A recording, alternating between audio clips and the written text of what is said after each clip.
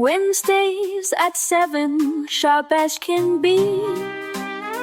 Blue gals calling, come knit with me. Hi there. So glad to be back. I have been sick for weeks. Too sick to be on camera. And I was on camera last week to be on the Bob Cesca show for our political podcast, and I really shouldn't have been on camera. I didn't feel great. But I'm better. And I'm grateful to be better, and I'm grateful to be back on. And hopefully I can have some consistency with the podcast, the knitting podcast, and crochet podcast, and yarn podcast. Briefly, want to address some of the issues with this House of Wool or Wool Race or whatever this new wool show is with the swimmer from the Olympics and BBC doing a race with big yarn and not cutting it. And I haven't watched a moment of it because there's so much going on in my life right now that makes me angry that I don't need anything else. So that's my opinion about it. Knitters are a passionate, somewhat neurodivergent group of people who deserve to be consulted when you're going to do a knitting thing, whether it's a Hank Green thing on the physics of knitting or a knitting competition show, which those things are so scripted anyway. I can't. So, and I don't think you can consult knitters because there's as many opinions about these things as there are knitters. And, but I think a lot of knitters would have told both the Hank Green science thing and the BBC people, you don't have this right. This is not knitting, this is null binding, and this is not knitting, this is crochet, and this is not knitting when you're rushing through it with humongous needles to do something in a week. That's not quality, right? I have an acquaintance on Blue Sky who made me an honorary opinionated knitter. And I said, thank you. I don't think honorary has anything to do with it. Anyway, I'm going to start with a crochet project that I did finish while I've been gone because it didn't require any thinking and I could just crochet away. This is a corner to corner blanket it is for youngest child who is going to a baby shower in December. And I wanted to get this out of the way. So this turned out very nice. And it is a Caron cake. It's Caron Cinnamon Swirl in the color Snow Cone, 2 skeins. And it made a, fairly large blanket, square. There are 3 blocks that don't quite match. But I'm not pointing to the mistake because I didn't think I'd run out of yarn, and I did run out of yarn. I thought I'd made it right at the halfway point, and it turned out not to be. But that's all right. It is a square. It is a blanket. It's a heavy blanket. I crocheted this on size 8 hook, and it really is something that a child could sit on at the park on the grass to stay dry or whatever. But I think the recipient will like it. Youngest child liked it. So, and then for Christmas, this month, November, the grocery girls are doing a theme for their sock bash of It's a Gift. And so I'm knitting my husband. I've been planning this for a long time.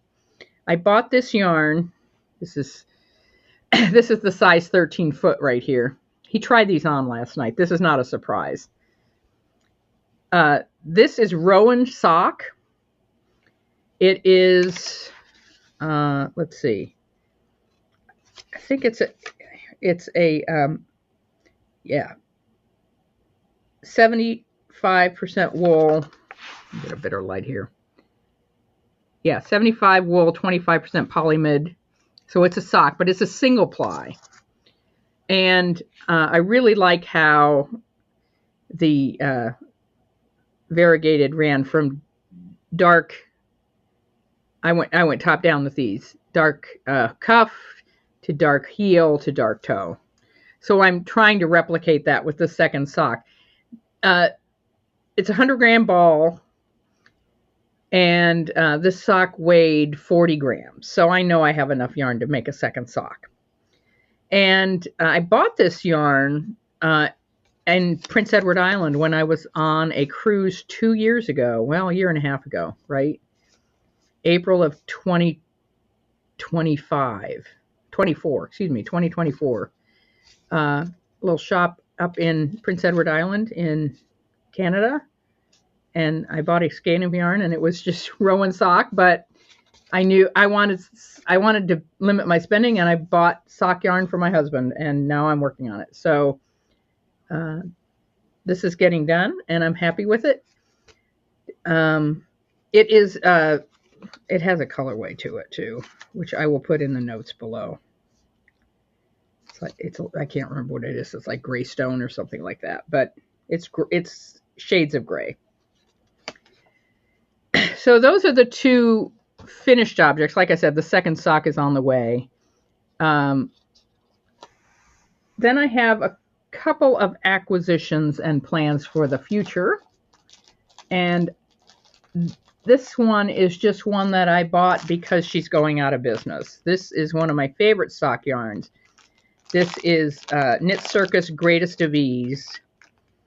It's 80% superwash merino, 20% nylon, and she does these little 2-ball sock sets. Now, in the Modernist is a speckle, so having them match exactly isn't that important, although, as you can see, pretty much the outside of these skeins matches. There's a dark strand to cast on with, and then, you know, they're going to match. These socks are going to match. This is in the color Electric Mayhem, which is a white background with a lot of hot pink, teal, yellow, neon yellow, and purple. And the 2 balls will make a pair of socks. It is a total of 100 grams, 200 yards in 2 cakes. So it will make a long sock. And then I had been looking at this yarn, and I didn't think I needed any more sock yarn and didn't want to spend money on it. But I had my Facebook settlement money sitting there in a gift card. I thought, oh, that's a good excuse. So this is another fave. This is Hedgehog Fibres Sock Yarn. This is in the colorway Nomad. I am Nomad. Yeah, full Star Trek reference there. If Grocery Girls next year, I expect will have a theme that is either travel or sci-fi or some other thing where Nomad will fit. But this has a lot of gray in it, a lot of olive, purple, and magenta, and a little zebra on a white background. And very soft. This is just their sock yarn, Hedgehog sock.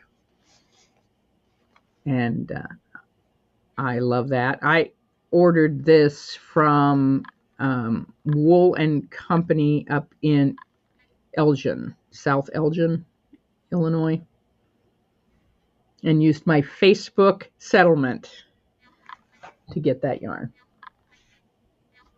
I also went and bought some yarn for a blanket, and I know I shouldn't be doing that, but I'll show you that later. But while I was at Michael's buying a wool acrylic blend for a blanket that I don't need to make, I also picked up some Kroy. This is blue raspberry, another color that will definitely fall into a category in some way at Grocery Girls next year for their sock bash. The final thing of yarn that I have to show you is my plans for the December sock. And the December sock is scrappy. And so I'm going to take 2 yarns that I made socks out of this year and I'm going to blend them together for a very crazy pair of socks. This is Frog in a Blender, and this is Monet's Garden. Those are the colorways, and I'm going to stripe those or do something else. I don't know yet, but actually, there's plenty of electric lime green in this Monet's Garden to go with the Frog in the Blender, and there's actually plenty of blue and darker colors blended into the neon lime. You can see that better there. They actually go together. So I'm excited to be making scrappy socks out of these in December. All right, I always like to end with reading, and I am sorry to be cutting it so short today, but I really just wanted to come back and chat with you and say hi and let you know I've been just not well enough to be doing this, and so I'm better, and I'm grateful to be better. I wanted to read from Knitting Heaven and Earth by Susan Gordon Lydon. Lydon. It's Lydon. I know it's Lydon because her brother was on Boston radio for years. But Knitting Heaven and Earth. And she has a chapter in here about the sisters of knitting. And it's about going to Stitches and being overwhelmed and then meeting people who'd written books about knitting and articles about knitting. And so they were knitters and writers. And making friendships and bonding over...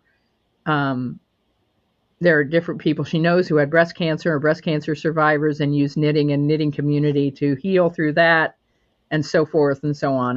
And it's an essay about all of that power, but I want to read very briefly the ending to it because it meant a lot to me. Much of the healing energy I needed had to be summoned from deep inside myself. It came while I knitted or wrote or patiently added stitches to a needlepoint canvas. The spirit I needed to feel rise up within me had to be provided by the intentional practice of craft. It may have been a solitary pursuit, but it connected me to generations of women who had toiled in the same vineyards, producing the same arts. The healing power of craft is tied up with communities. Think of quilting circles, lace makers, the shawl knitting women in Orenburg, Russia, who sell their work through a collective organization. Groups of women have probably gathered to do needlework together since the dawn of time. When our fingers are busy, our minds are free to expand, and conversation flows swift and deep. I treasure time with the sisterhood of knitters.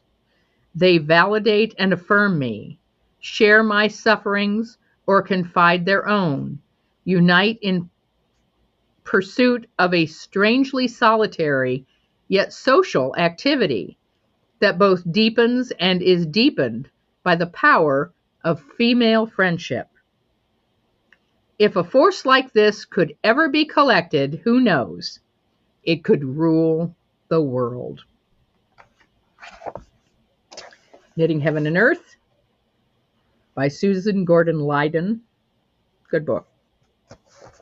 All right, I will see you guys next week. I'm back and looking forward to talking to you more about knitting, and share anything you think about any of the TV shows or any knitting stuff you know in comments below. I'd love to hear what you think. And see you next time. Bye-bye.